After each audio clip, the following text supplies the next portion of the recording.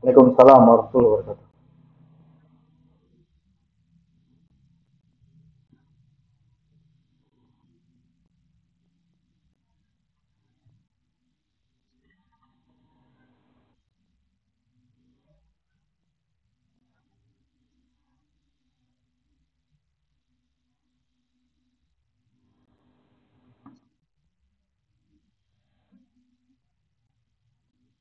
Masya Allah.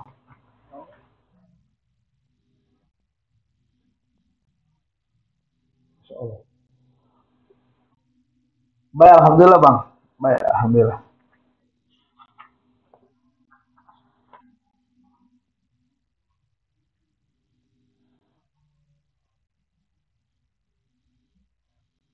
Masya Allah.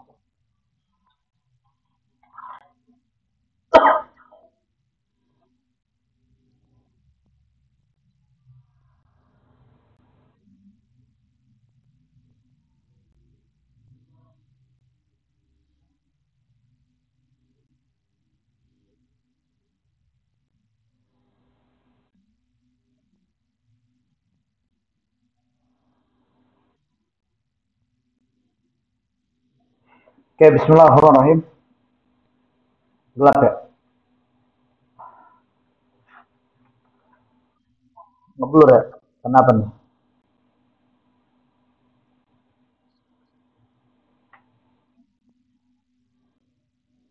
Enggak, ini tiba-tiba ngeblur aja nih.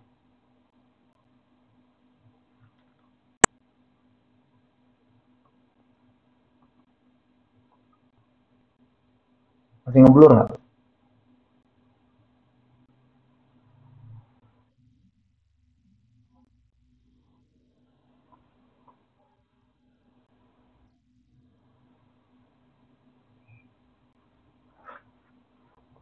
Terang ya? Kamera boleh ngeblur, tapi hati jernih ya. Insya Allah. Ya, Bismillahirrahmanirrahim. Assalamualaikum warahmatullahi wabarakatuh.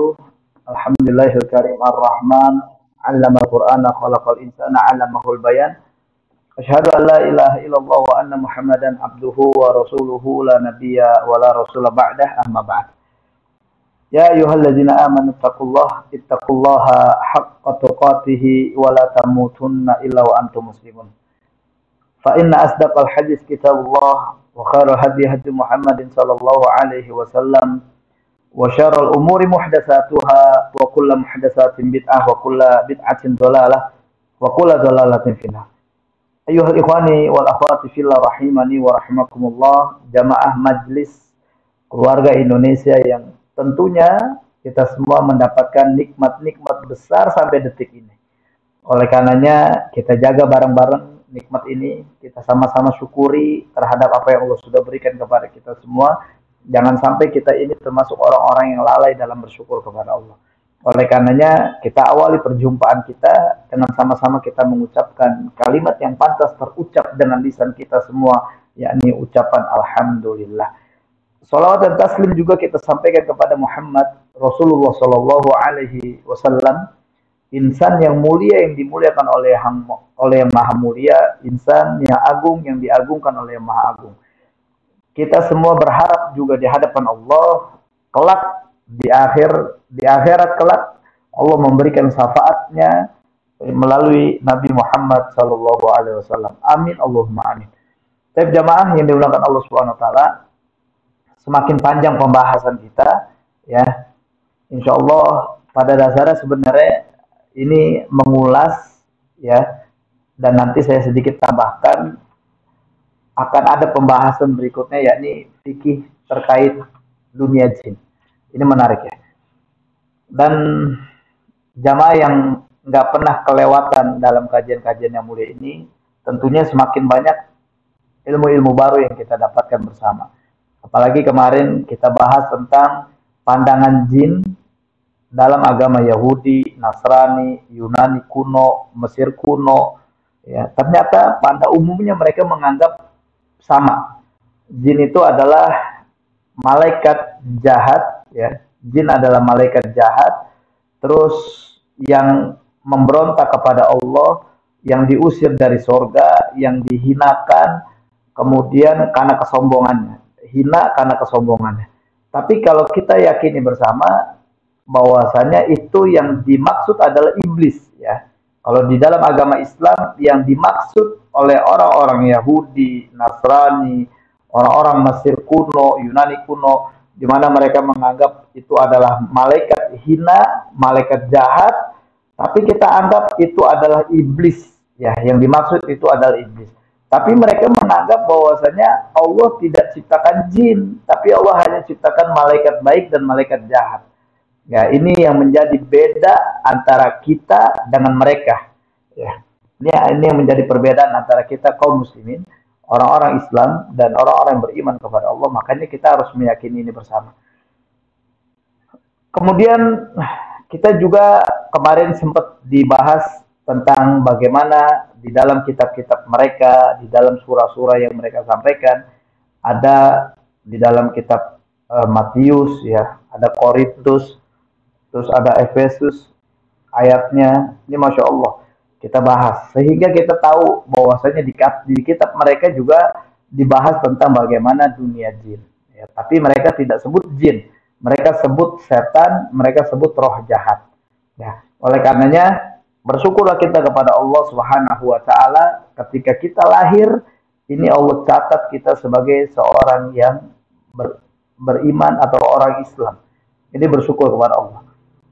Karena keturunan kita adalah keturunan orang-orang Islam.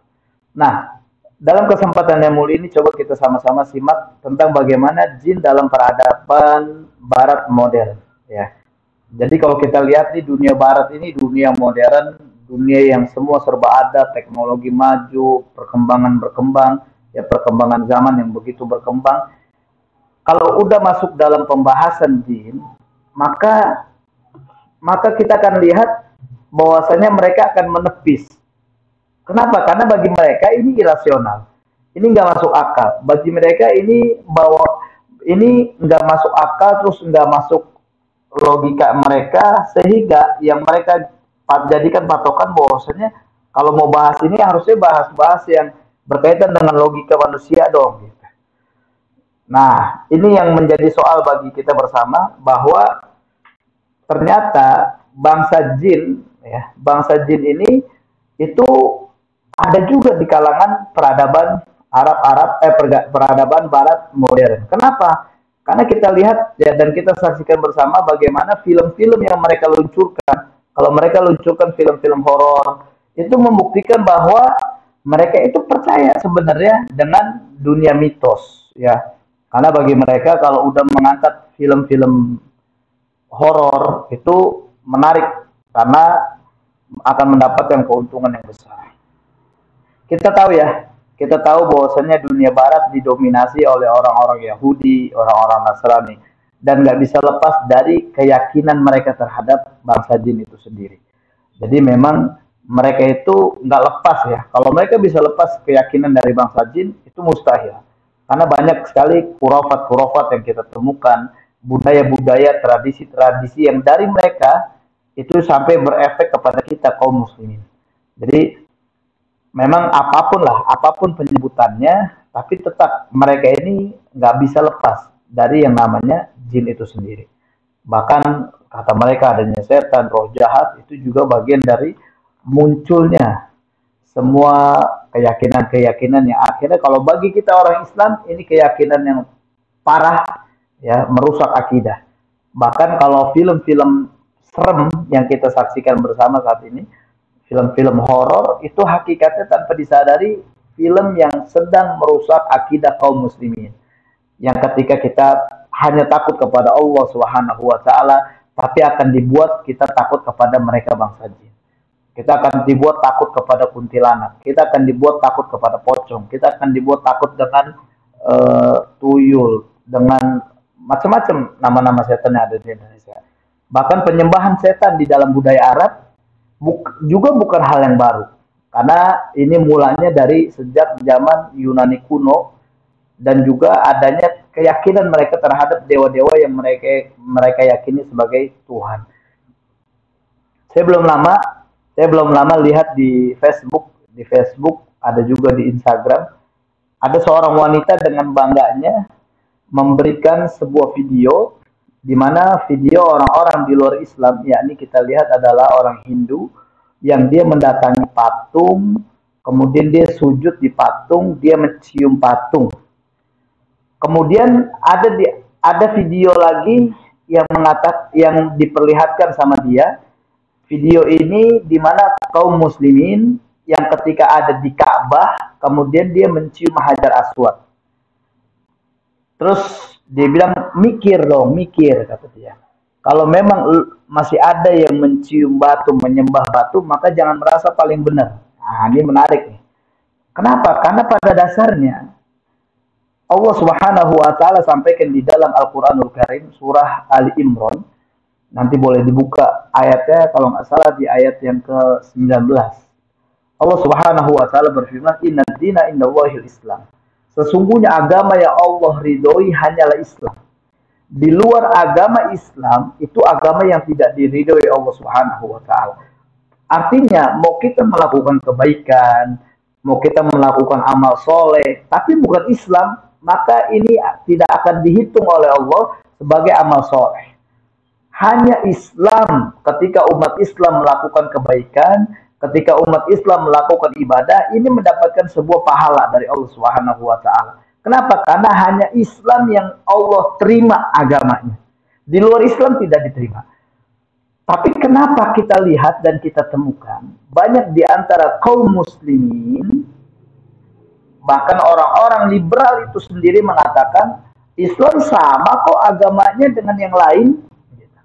Ya, ini sering kita temukan. Bahkan subhat orang-orang liberal mengatakan bahwasanya agama Islam itu sama dengan agama yang lain. Kenapa? Karena pada saat mereka kaum muslimin ada di Ka'bah, kemudian sholat itu menghadapnya ke Ka'bah. Bagi mereka Ka'bah ini batu, berarti sama dong dengan menyembah batu.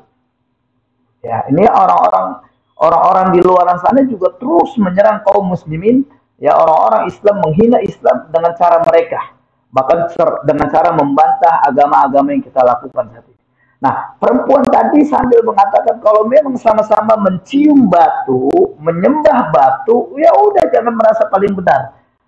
Dalam kesempatan yang mulia ini, saya ingin sampaikan bahwa pertama, batu yang dia cium, batu yang dia sujud berada di dalam bersamanya, itu batu di mana mereka meyakini itu adalah Tuhan mereka. Itu meyakini mereka ini bahwasanya batu itu, patung itu adalah Tuhan mereka. Dewa-dewa itu adalah Tuhan mereka. Tapi di kita kaum muslimin, Ka'bah itu adalah kiblat kita umat Islam di seluruh dunia. Bahkan ketika kita sujud menghadap Ka'bah, bukan kita sedang menyembah Ka'bah, tapi karena perintah Allah menghadap Ka'bah, maka kita lakukan perintah Allah Subhanahu wa taala. Jadi kalau teman-teman atau jamaah yang dimulakan Allah Subhanahu wa taala menghadapi fenomena ini, ketika kita diserang habis-habisan, buktinya umat Islam menyembah Ka'bah, bukan menyembah Ka'bah. Pada hakikatnya kita sedang menyembah Allah, di mana Allah perintahkan kita menghadap Ka'bah. Nah, ini sekarang lagi dimulai dimainkan lagi orang-orang kafir, dan juga dimainkan juga oleh orang-orang liberal, di mana mereka hakikatnya hanya mengedepankan logika. Ya. Terus ada juga fenomena di mana kecenderungan masyarakat, khususnya kaum muda di Barat ini mengikuti budaya dan tradisi Timur dengan mengatasnamakan terapi dan sebagainya. Menjadi faktor penting bergesernya prinsip masyarakat modern yang menolak adalah faktor dunia lain dalam kehidupan mereka. Ada tumbuh suburnya pelatihan yoga. Nih kita tahu ya, sama-sama. Nih kalau jamaah pernah yoga, hati-hati. Ini tanpa disadari ada unsur jin yang ikut di dalamnya. Ini ada yoga, ada reiki, dan lain-lain. Bahkan di Barat juga berpengaruh pada pemikiran dan gaya hidup orang-orang Barat ya. Satu sisi mereka menganggap itu sebagai solusi terhadap keringnya nilai spiritual di Barat. Tapi sesungguhnya pada sisi lain menjadi musibah jika ditimbang dari nilai ajaran-ajaran Islam.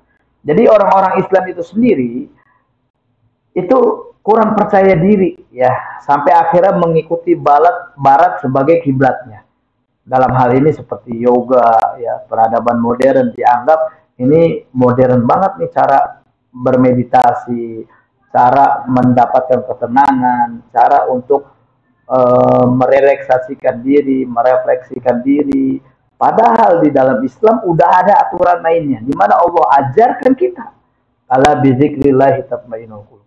Makanya buat jamaah yang pernah pernah melakukan yoga, pernah bermeditasi, maka hati-hati, ini adalah cara budaya barat yang dikemas seakan-akan tidak ada apa-apa. Tapi hakikatnya cara ini di mana mereka yakini dengan yoga mereka sedang menyembah dewa-dewa, dengan yoga mereka sedang menghadap kepada para dewa, di mana mereka meyakini dewa-dewa ini adalah Tuhan-Tuhan mereka. Naudzubillah. Hati-hati ya. Hati-hati. Makanya kalau orang-orang yang berkecimpung di dunia ini, umumnya itu ketika diruqyah akan reaksi. Ya, saya sedikit cerita ulang ya. Saya pernah ceritakan ini, tapi saya ceritakan ulang. Di tahun 2016 atau 2017 saya lupa. Itu saya pernah diundang instruktur yoga. Saat itu belum meluas ya, baru di DKI Jakarta dan sekenanya, Jabodetabek ya kalau nggak salah. Itu ada hampir 15 orang yang datang ke saya. Nah, 15 orang ini adalah instruktur yoga.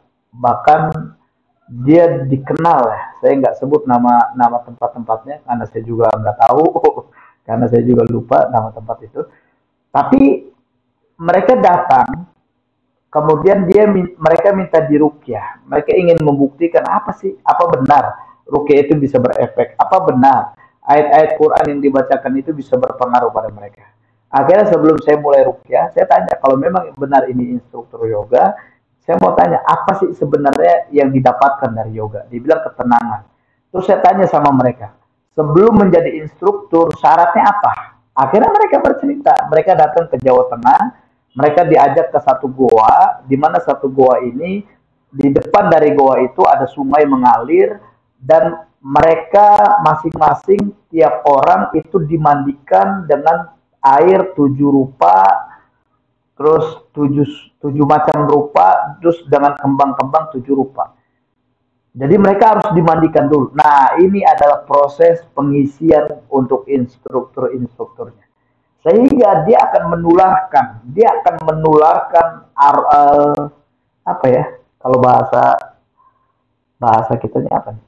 Dia akan menularkan hawa ya, menularkan efek-efek dari jin-jin yang mereka sudah serap dari guru-guru mereka. Sehingga ketika mereka bersiap diri menjadi instruktur, maka mereka sudah bersiap diri mengikatkan sebuah perjanjian kepada bangsa jin. Nah, sehingga yang datang kepada mereka, makanya mohon maaf saya harus contohkan ya. Ini saya harus contohkan, ini kaki saya ini kaki saya. Kan umumnya orang-orang yang yoga, dia akan duduk bersila, tapi kaki bagian telapak kanannya ada di atas. Ternyata ketika saya tahu informasinya bahwa dia meyakini bahwasanya kaki telapak kanan yang ada di atas ini berfungsi untuk menyerap energi dari langit ya. Dia bilang dewa langit, sehingga dewa langit ini akan memberikan efek positif melalui telapak kaki kemudian masuk ke seluruh tubuh. Subhanallah. Dari sini aja udah ketahuan bahwa akan ada keterlibatan jin dalam proses yoga itu. Ya, makanya cukup berbahagialah kita di hadapan Allah Subhanahu wa taala bahwa cara mudah mendapatkan ketenangan di kehidupan kita di setiap hari adalah cukup kita mengingat Allah dengan berzikir-zikir kepada Allah Subhanahu wa taala. Nah, dalam hal ini kita perlu sadari bahwa jin itu adalah makhluk yang memang ada, Allah ciptakan. Berbeda dengan agama-agama yang lainnya. Ya, insya Allah nanti kita akan bahas tentang fikih terkait dunia jin. Ya, ini masya Allah ada bukunya ya. Nah, memang orang-orang yang mengikuti yoga nih, ada catatan, memiliki kecenderungan pada kekuatan di luar logika. Mereka dengan memberikan interpretasi atau penafsiran yang menurut mereka sejalan dengan logika. Bahkan jika direnungkan lebih dalam, keyakinan itu lebih menyesatkan karena dianggap sebagai sesuatu yang membawa kepada kebaikan. Ini yang disebut dengan istilah talbis iblis. Ya, jadi orang-orang yang saya pernah di 2015 kalau nggak salah saya didatengin sama yang punya senam Mahatma. Pernah ada yang dengar nggak senam Mahatma? Senam Mahatma kan senam maju sehat bersama. Pernah dengar ya? Mahatma itu maju sehat bersama emak-emak. Saya pernah bilang di dalam ceramah saya waktu itu saya diundang di Masjid Al Azhar di Kebayoran Baru, bahwasanya Mahatma itu senam yang tanpa disadari ada keterlibatan jin di dalamnya. Kenapa? Karena orang-orang yang terus dan rajin ikut senam Mahatma, dia akan bisa merasakan aura positif dan aura negatif. Kalau kalau bukan jin yang merasakan itu siapa dong? Itu jin. Saya bilang ini murni jin. Akhirnya saya didatengin sama yang punya Mahatma, sampai saya diulang, silakan kalau memang benar jin, saya coba aja rukyah semua yang pernah ikut Mahatma. Kalau memang kesurupan, pasti saya percaya ada jin. Terus bapak dekat saya berasnya apa pak? Wah ini dia ngomong panjang lebar. Nah ini ada jin tanpa disadari. Akhirnya kalau bapak minta semua, nanti bapak yang malu. Coba deh bapak saya pegang kepalanya, saya bacakan Al-Fatihah. Apa yang bapak rasakan? Ya udah coba aja.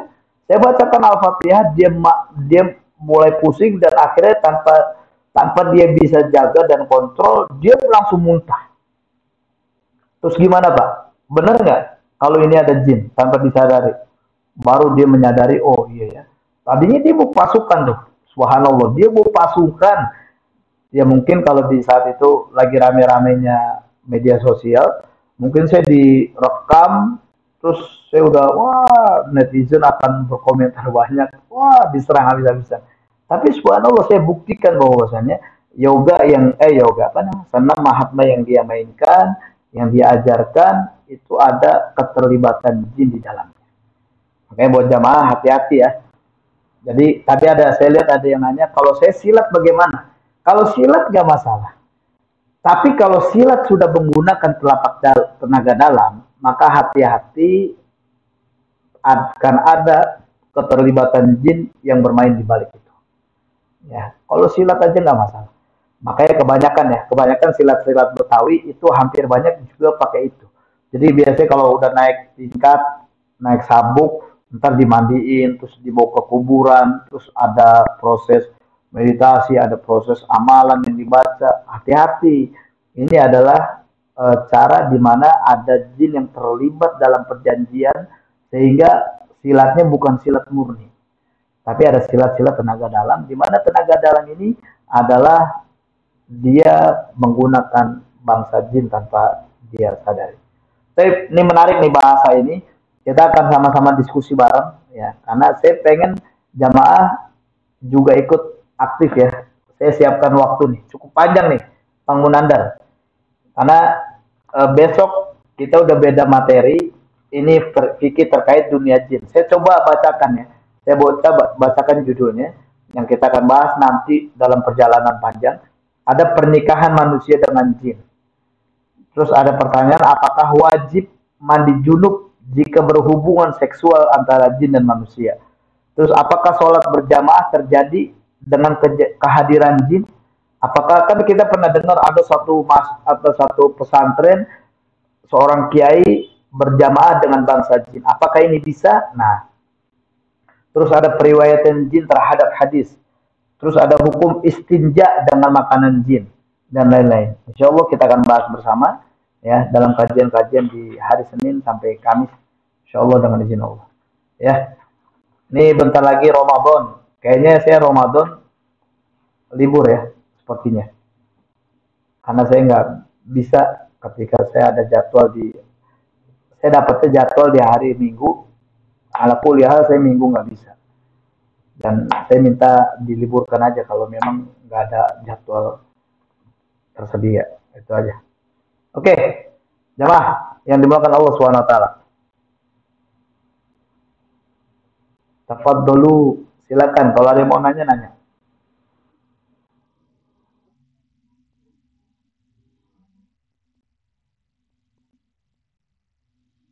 Hmm, betul.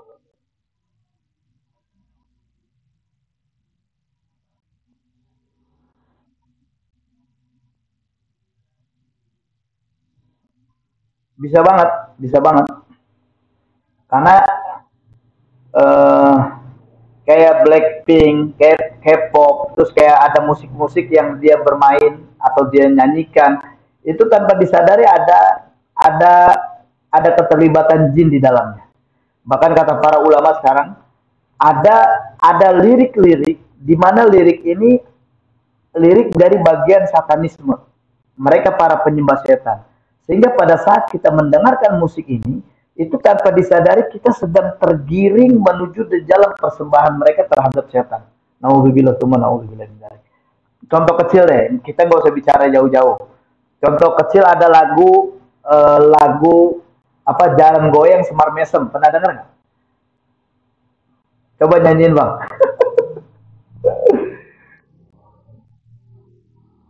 Lagu Jalan Goyang Semar Mesem itu lagu di mana lagu ini adalah lirik dari ilmu sihir. Itu yang dibacakan mantra-mantra sihir sebenarnya. Tapi dijadikan lagu. Itu, hati-hati memang. Ya. Silakan ada lagi mau nanya.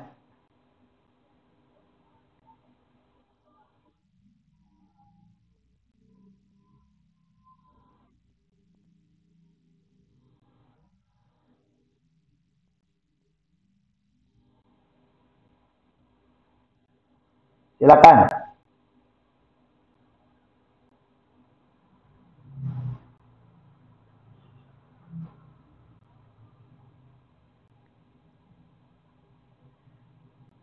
Nih saya pernah dapat info kan kita dulu pernah dengar ada lagu Aserehe apa? Aserehe rehe rehe gitu kan. Itu juga lagu itu ada nuansa di mana ada kosakata yang di mana kosakata ini ada lirik untuk memuja setan. Ya.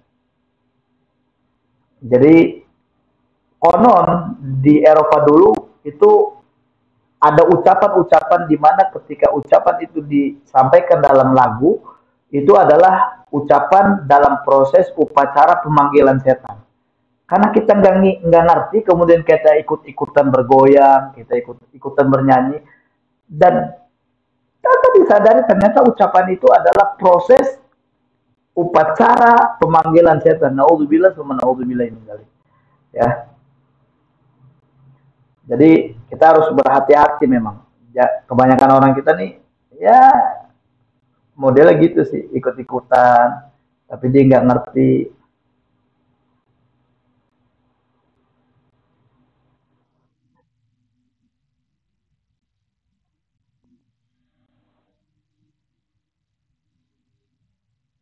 Ya tinggalkan, tinggalkan, tinggalkan, tinggalkan bang. Beralih ke ini aja, beralih ke Al-Quranul Karim.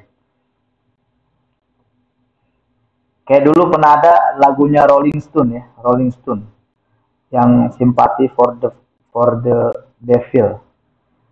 Jadi dia simpati untuk iblis atau apapun itulah. Jadi apapun lagunya, tapi ini sempat ramai dibicarakan juga. Bahkan The Beatles juga kan kita pernah dengar tuh di zaman-zaman tahun lalu The Beatles. Saya pernah punya kaos itu The Beatles dulu. Ya, kalau misalkan terus caranya gimana dong? Caranya ya udah tinggalkan lagu itu. Beralih kepada Al-Qur'anul Karim.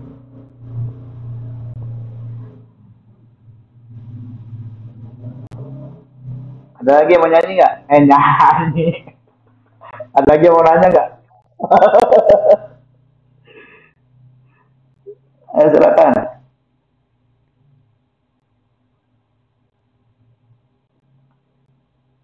Jadi kebanyakan memang lagu-lagu rock ya. Jadi kebanyakan lagu-lagu rock yang eh, punya lirik-lirik di mana lirik ini adalah pemujaan kepada setan. Kalau dulu di Indonesia lagu-lagu model-model begitu kayak The Liar ya kan. Kayak misalkan judulnya Bendera Kuning.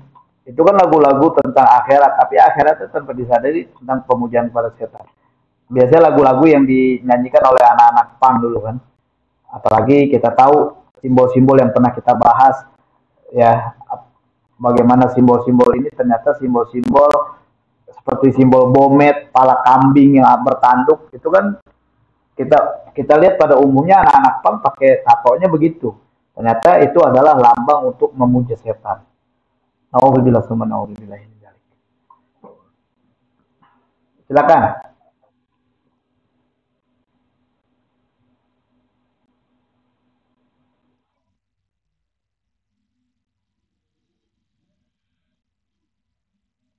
Hmm. Boleh boleh, insya Allah.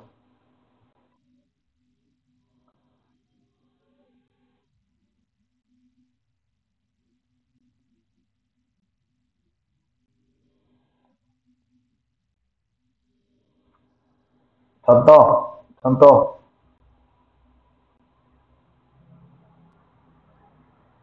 contoh apa? Ikan dalam kolam. Ikan dalam kolam kemarin hari Minggu saya lagi sama penyanyinya tuh. Lagu pop dari Rosa.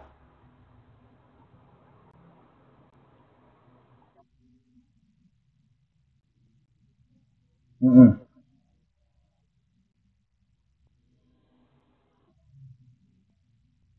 Udah ada pengaruh, udah ada pengaruh, udah ada pengaruh. Nggak, udah ada pengaruh dan itu nggak boleh sebenarnya. Kenapa? Karena kan kata Rasul SAW dalam hadis yang mulia bahwasanya musik itu adalah seruling syaitan. Kalau dia mendengarkan lagu, kemudian dia menghayati lirik demi liriknya, terus sampai dia nangis, terus seguk-seguk, maka bisa dikatakan hati-hati bahwasanya akan ada keterlibatan jin di dalamnya. Kenapa? Karena jin akan masuk ketika kita ada dalam kondisi yang sedih mendalam, emosi yang dalam, kan gitu. Biasanya gagal move on itu kalau denger gitu sampai nangis. Kalau kata anak zaman now bilang lebay.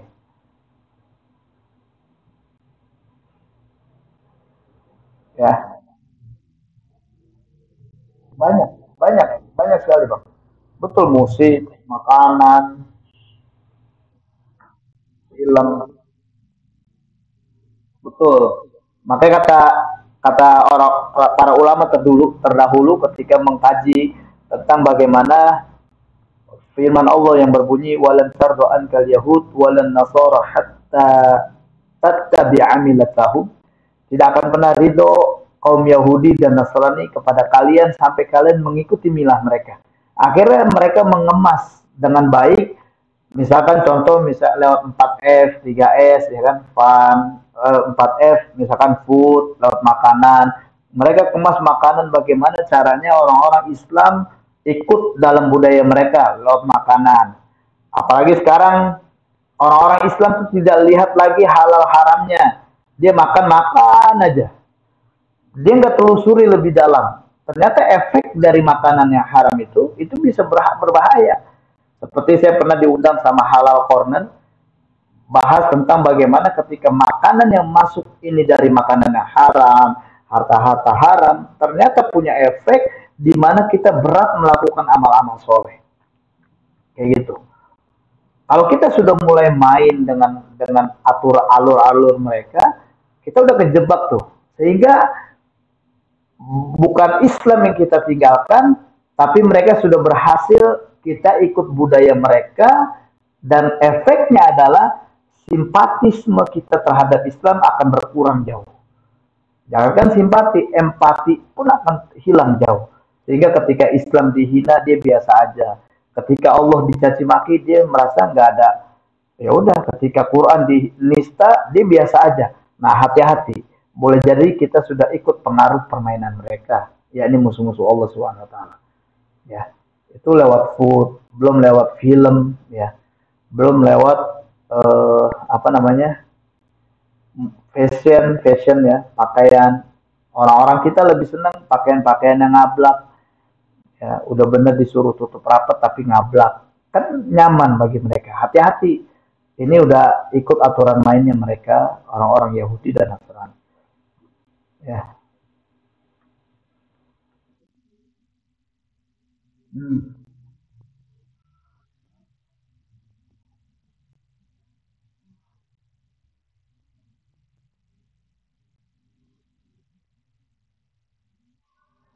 Iya, jin akan bermain. Hmm. Terus,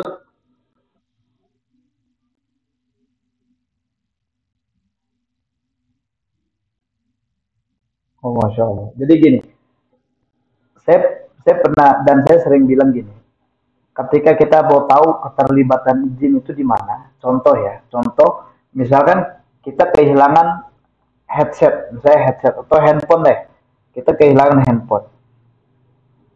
Ketika kita kehilangan handphone, kemudian kita tahu bagaimana, oh yaudah, berarti masa berlaku atau jodoh dengan kita nih handphone ini udah selesai atau rezeki kita udah selesai sampai di situ terhadap handphone. Kita tahu itu, tapi ketika ada keterlibatan jin, kita jadi dalam tuh. Gara-gara hilang handphone, kita nggak mau makan, kita nggak mau minum, kita sampai mau berusaha bunuh diri. Kita seakan-akan hidup kita ini nggak berguna kalau nggak ada handphone itu. Kita seakan-akan nggak ada semangat hidup. Ini ada keterlibatan jin di dalamnya. Ya, apalagi ketika mendengarkan musik, ketika dia tahu bagaimana liriknya berkaitan dengan kehidupan dia, terus dia hanyut dengan musik itu, dengan lirik itu, dia sampai nangis-nangis karena sesuai dengan kehidupannya, dia tanpa disadari dia lupa bahwasanya ada keterlibatan jin di dalamnya. Kenapa? Mestinya pada saat dia tahu itu, dia harusnya kan di mana Islam mengajarkan fa'asabakum ghamman bi ghammin, kita ini akan diuji oleh Allah kesedihan demi kesedihan. Terus bahkan Allah melarang kita ketika kita kehilangan satu hal di dalam kehidupan kita, jangan jangan punya kesedihan yang dalam. Bahkan kalau kita ada senang, kita mendapatkan satu hadiah, satu kejutan, kebahagiaan, terus kata Allah, jangan jangan terlalu senang dengan itu. Jadi bahagianya biasa aja. Ya gitu, kalau bisa ada di tengah-tengahnya kayak gitu. Ya, kalau kita sampai larut dengan lagu itu dan dia nyocokin dengan kehidupannya, maka hati-hati ada keterlibatan dia. Kenapa? Karena dia tidak lagi mengingat Allah Subhanahu wa taala ketika asik dengan lagu itu. Ya. Ya, intinya gini, intinya lagu jangan sampai membuat kita lalai mengingat Allah Subhanahu wa taala.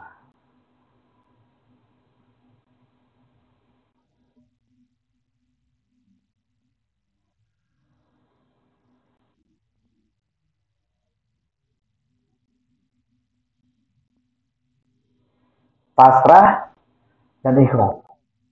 Oke, saya ingin kasih contoh gini, jawaban saya. Ada beberapa poin, ini bisa menjadi menjadi renungan bersama untuk kita. Poin bagaimana cara kita ketika kita menghadapi musibah bencana. Di dalam Islam, sikap yang pertama adalah as-sabir. As-sabir. Ternyata as-sabir di sini adalah sabar. Kalau kita kehilangan handphone, sabar ini adalah sikap yang pertama kali kita bisa rasakan, kita bisa sikapi, tapi sikap ini kata para ulama adalah sikap yang paling standar. Level rendahnya sabar. Nah, umumnya sabar ini hanya terlihat dalam segi sikap, tapi hatinya masih ngedumel. Aduh, handphone hilang udah deh, sabar. Tapi hatinya akan masih ngedumel. Gus, coba tadi jangan ditaruh situ. Coba mesti tadi gue taruh tas supaya orang nggak ngambil. Tapi itu sabar. Nah, yang kedua naik tingkatan nih. Kalau kita udah pada tahap yang jauh lebih bagus, itu ada namanya arodi. Arodi di sini adalah ridho. Jadi kalau kita kehilangan handphone, ridho di sini bukan hanya sikapnya terlihat nerima, tapi hatinya juga nerima. Ridho. Ya udah, ini musibah. Ini keputusan Allah, ini musibah saya terima. Semuanya Allah, ini berarti memang bukan milik saya. Ini hanya titipan yang engkau sampaikan kepada saya serahin samamu ya Allah. Udah. Walaupun sikapnya nerima, tapi hatinya nerima. Yang ketiga, ini sikap yang paling sangat luar biasa yang harus bisa kita contoh, yakni syukur.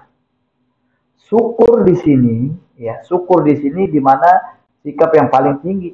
Kenapa? Karena oh boleh jadi kalau handphone saya nggak hilang, mungkin saya akan jadi lalai dan lain-lain. Oh alhamdulillah ada hikmahnya nih. Ketika saya mengalami ini, alhamdulillah ada hikmahnya. Misalkan contoh saya pernah ada kasus ya 2014 ketika ketika dia kena sihir. Ya ini perempuan kena sihir dan perempuan ini kalau kata orang tuanya cukup dikenal nakal dan tidak mau menerima nasihat dari orang tuanya. Akhirnya dia kena sihir. Efek dia kena sihir, saya ditanya bagaimana sikap saya. Saya bilang sikapnya harus naik tingkatan menjadi tingkat paling tinggi, yakni syukur. Kenapa? Karena gara-gara dia kena sihir, dia mau pakai jilbab. Gara-gara dia kena sihir, dia mau kenal Allah. Gara-gara dia kena sihir, dia tahu bagaimana zikir pagi dan petang. Gara-gara dia kena sihir, dia bisa mau menjalankan ibadah. Nah, apa bedanya pasrah dengan ikhlas? Kalau pasrah, di mana posisi ini kita serahkan posisinya, udah deh Allah yang punya aturan main. Tapi kalau ikhlas, kita lebih kepada di mana hati kita, ya hati kita nih seutuhnya memang tidak lagi mengingat apa yang sudah pernah ada di dalam kehidupan kita. Ikhlas itu lebih kepada kita tidak lagi mengungkitnya. Bahkan kalau pernah simak kajian yang disampaikan sama Ustaz Ahmad Junaidi, kalau kata beliau, gurunya pernah bilang ikhlas itu seperti kita buang air besar. Kita habis makan nasi, kan nggak mungkin kita lihat isinya nasi atau bukan. Ya udah buang aja. Itu lebih ke arah situ sikapnya. Kalau ikhlas. Tapi kalau pasrah, dia memang benar-benar totalitas di dalam penyerahannya. Bahkan kalau dalam sikapnya, ya udah Allah aja yang punya aturan. Udah deh, saya pasrahin buat kepada Allah deh. Ini orang mau dibikin nyungsep kek, mau dibikin mati kek, mau dibikin sakit kek, Allah yang punya aturan main. Allah yang akan memberikan balasan terbaik. Seperti itu. Lagi nanya tuh.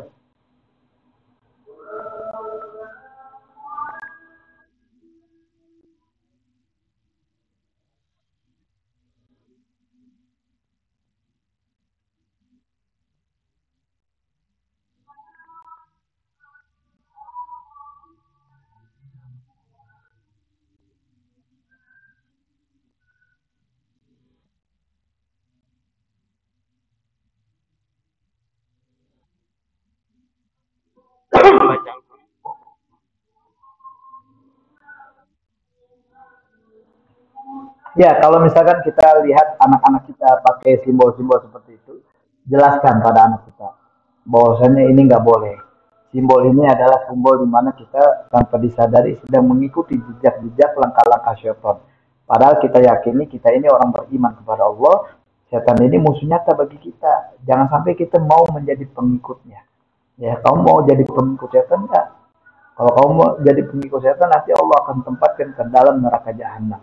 Tapi kalau kita menjadi musuhnya setan, kita akan dijaga Allah, dilindungi Allah, diberikan pertolongan, sehingga nanti Allah akan siapkan surga terbaik untuk kita.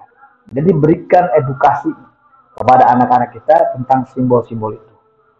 Dan kalau kamu sudah tahu, ya udah lebih baik yang dipakai ya, ya lebih baik yang dipakai, jangan digunakan lagi. Terus aku kasih temen gimana? Jangan, bakar aja. Nanti kalau dikasih temen-temen pakai, terus kamu tanpa disadari dapat dosa jariah, gitu, dosa yang terus mengalir, kan nggak enak kalau kayak gitu. Ya, itu ya. Jadi kalau misalkan ketika dengar musik sampai nangis larut, ya itu ada keterlibatan jin. Tapi bagaimana dengan Al-Quran ketika kita mendengar terus kita nangis?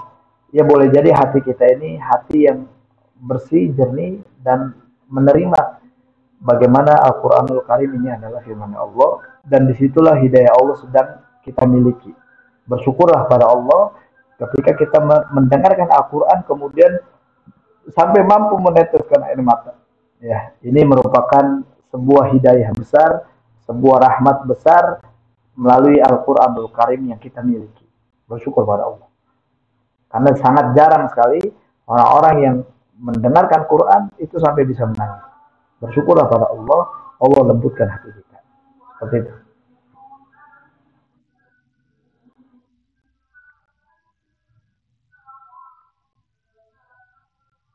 Betul, betul, betul, betul, betul sekali.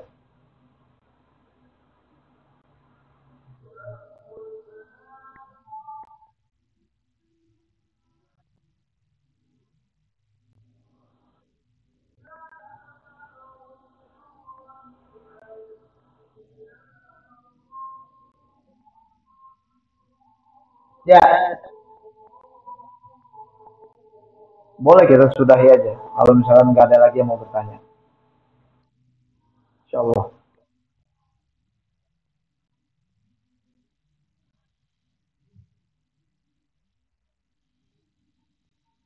Subhanallah.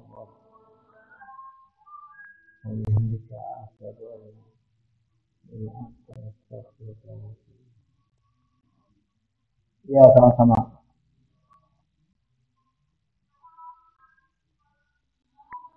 Salam.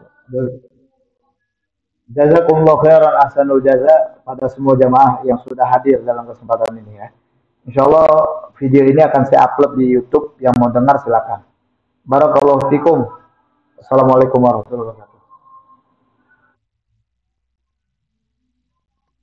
Yo mari sama izin live ya.